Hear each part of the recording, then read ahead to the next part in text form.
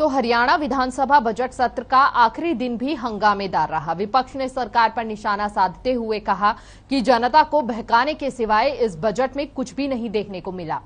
लेकिन सत्र के आखिरी दिन कांग्रेस के विधायक नीरज शर्मा सुर्खियों में रहे।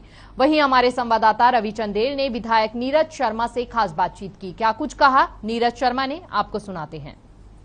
विधानसभा बजट सत्र का आज आखिरी दिन है।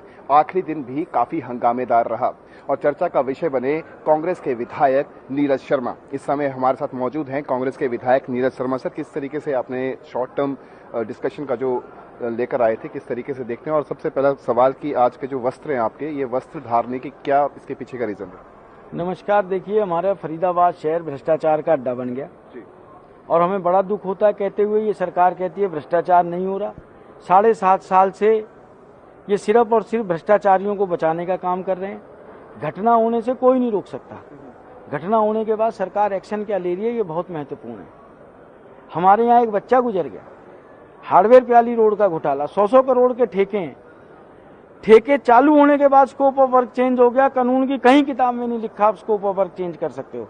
200 करोड़ रुपए की ऐसी पेमेंट हो गई, एक ईंट नहीं लगी मौके पे। और भाजपा के डिप्टी मेयर उसकी इंक्वायरी कर रहे हैं। भाजपा के पार्षदों ने कहा है यहाँ चंडीगढ़ इतने कागज आ चुके, चंडीगढ़ में आके सिर्फ कुंडली मार के बैठ जाते हैं। आज मैंने संकल्प लिया, क्योंकि नगर निगम होगी हमारी कंगाल। सीवरेज में फंटी भी मारनी हो तो मुख्यमंत्री की सिफारिश चाहिए। बहन बेटियां ट्वीट करती हैं, आप सबने देखा है। और आज तक वहां सीवरेज की वही स्थिति है कि जब तक ये सरकार भ्रष्टाचारियों के खिलाफ सख्त कदम नहीं उठाएगी, नीरज शर्मा न तन पे सिले हुए वस्त्र पहनेगा, न पैरों में जूते पहनेगा। इनको हर समय याद रहेगा कि हरियाणा के अंदर एक विधायक आपके बुरे कर्मों की वजह से इस हालात में जी रहा है। जनता इनको माफ नहीं करेगी। मैंने कोई व्यक्तिगत कारण से कपड़े नहीं त्यागे, मैंने व्यक्तिगत कारण से जूते नहीं त्यागे, सिर्फ भ्रष्टाचारियों के खिलाफ मैंने ये कदम उठाया है। और मुझे उम्मीद है सरकार को मेरी बात माननी पड़ेगी और भ्रष्टाचारियों को इनके खिलाफ FIR दर्ज करनी पड़ेगी और इनको अंदर देना पड़ेगा। सत्ता पक्ष की ओर से जिस तरीके का जो जवाब आपको सदन पटल के ऊपर रखा गया, कितने संतुष्ट आप उससे दिखाई दे रहे हैं? देखिए, मैं जवाब ववाब नहीं जानता। Work is worship. हमारी रामचरितमानस में लिखा है, जल बर नैन कहत रघुराई, तात करम ते निजगत पाई। एक्शन क्या है? 2019 में विजिलेंस चिट्ठी लिखती है कि जी हमारे को कागज दे दो। 21 सितंबर 2021 को ये मंत्री जी हमारी विधानसभा कमेटी के चेयरमैन थे। मैंने कहा जी इतना तो टाइम बाउंड कर दो कि कागज जमा करा दें। 4 साल तक कागज नहीं मिल रहे हैं, विजिलेंस जांच क्या करेगी? और अभी भी प्रश्न लगाया है तो कल रात को छोटी मोटी रिकमेंडेशनें हुई हैं, नहीं तो वो रिकमेंडेशनें भी नहीं हो रही थी। सिर्फ और सिर्फ भ्रष्टाचार दबाने का काम किया हुआ है। जिस तरीके से मुख्यमंत्री मनोहर लाल खट्टर ने जवाब दिया कि 1980 से लेकर अब तक जो है उसकी सारी तफ्तीश की जाएगी, कितने संतुष्ट दिखाई देते हैं कि पूर्ववर्ती सरकारों पर जो है वो एक तरह से आरोप मढ़ा जा रहा है? देखो, मैं कहता नहीं हूँ, मोदी जी हमारे प्रधानमंत्री है, वो कुमार विश्वास जी कहते हैं नीरव मोदी विदेश भागा, सोता चौकीदार है, और फिर भी कहते नेहरू जिम्मेदार है। मैंने तो कहा था हाउस में, मैंने कहा आप 80 की बात करते हैं कि 80 के बाद भाजपा का शासन नहीं रहा। 87 में क्या भाजपा राज के अंदर नहीं थी? बंसीलाल जी के साथ क्या भाजपा ने राज नहीं किया? ताऊ देवीलाल जी के साथ, ओम प्रकाश चौटाला जी के साथ भाजपा ने राज नहीं किया? हाँ, ये हकीकत है, घोटाले हुए नहीं के टाइम पे कांग्रेस भी उतना सख्त कदम नहीं उठा पाई। और ये बार बार पूर्ववर्ती कह रहे हैं, पूर्ववर्ती में तो ये भी थे और ये एडमिट कर रहे हैं 2014 से 19 के मामले हैं ये।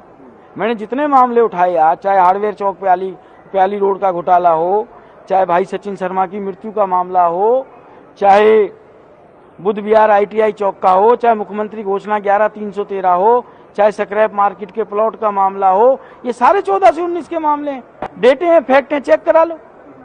ये सही एडमिट कर रहे हैं कि ये पूर्ववर्ती सरकार, क्योंकि 14 से 19 तक भी इनकी सरकार थी, पूर्ववर्ती सरकार के घोटाले हैं। देखो ये क्या करते हैं। सर, किस तरीके से देखते हैं कि आखिर कब तक जो है दोषियों को, जब ये तफ्तीश पूरी होगी, कब तक आप ये वस्त्र धारण करके रखेंगे और नंगे पांव जो है वो अपना जीवनचर्या को जिएंगे? देखिए, मेरे राम जी भी 14 साल वन में नंगे पैर रहे थे जी। और मेरे कृष्ण जी तो नंगे पैर ही ब्रज के अंदर घूमते थे। ब्रज के हम ब्रज क्षेत्र है हमारा फरीदाबाद, कोई ना कोई रसखान मुझे भी मिलेगा जिंदगी में। जैसे रसखान जी कृष्ण जी के लिए जूते कटवा के ले आए थे, कोई ना कोई ऐसा रास्ता मेरे प्रभु अपने आप निकालेंगे। मुझे प्रभु पे बहुत भरोसा है। अरे हम महर्षि दधीची जी की औलाद हैं, मैंने तो जूते त्यागे हैं। ददीची जी ने तो अपने हड्डियां तक दान कर दी थी दुष्टों का संहार करने के लिए, तो कोई नहीं, दुष्टों के संहार में मेरा भी ये योगदान सही। एक अंतिम सवाल सर, अब चिंतन सोसाइटी को लेकर जो है सीबीआई की जांच की जो है वो अश्योरेंस दी गई है, किस तरीके से देखते हैं? अच्छी बात है, मैंने कल डिमांड करी थी, साथ के साथ मंजूर करते तो बहुत बढ़िया थी, पर आज जब ये मेरा रुद्र रूप देखा और ये मेरा त्याग देखा तब इनको याद आई कि यार चलो कुछ तो कर लो, नहीं तो कल ही करते अच्छी बात थी और ज्यादा अच्छी बात होती। एक दिन भी क्यों दे रहे हैं आप दोषी को बचने के लिए कि वो फरार हो जाए, जैसे गुड़गांव केस में डीसीपी सेतिया हो गया था और जब तक जमानत नहीं हुई फ्रंट पे नहीं आया। मैं बार बार कह रहा हूँ भ्रष्टाचार होने से कोई नहीं रोक सकता, कांग्रेस के टाइम में भी होते थे, आप सबके आगे सबूत है, मुख्यमंत्री तक जेल गए, केंद्रीय मंत्री तक जेल गए, पर इस सरकार ने क्या कर रखा, भ्रष्टाचार करो, भ्रष्टाचारियों को पनाह दो। क्यों पनाह देती है सरकार, आप स्वयं समझदार हैं, आप समझ सकते हैं। बहुत बहुत शुक्रिया। तो ये थे हमारे साथ फरीदाबाद एनआईटी से कांग्रेस के विधायक नीरज शर्मा, जिनका साफ तौर पर कहना है कि जब तक फरीदाबाद नगर निगम में घोटालों की तफ्तीश नहीं की जाएगी, दोषियों को सजा नहीं मिलेगी, वो सिले हुए वस्त्र और ना ही अपने पैरों में चप्पल पहनेंगे। चंडीगढ़ से हर खबर हरियाणा के लिए रवि चंदेल के साथ कैमरा पर्सन किशन की रिपोर्ट।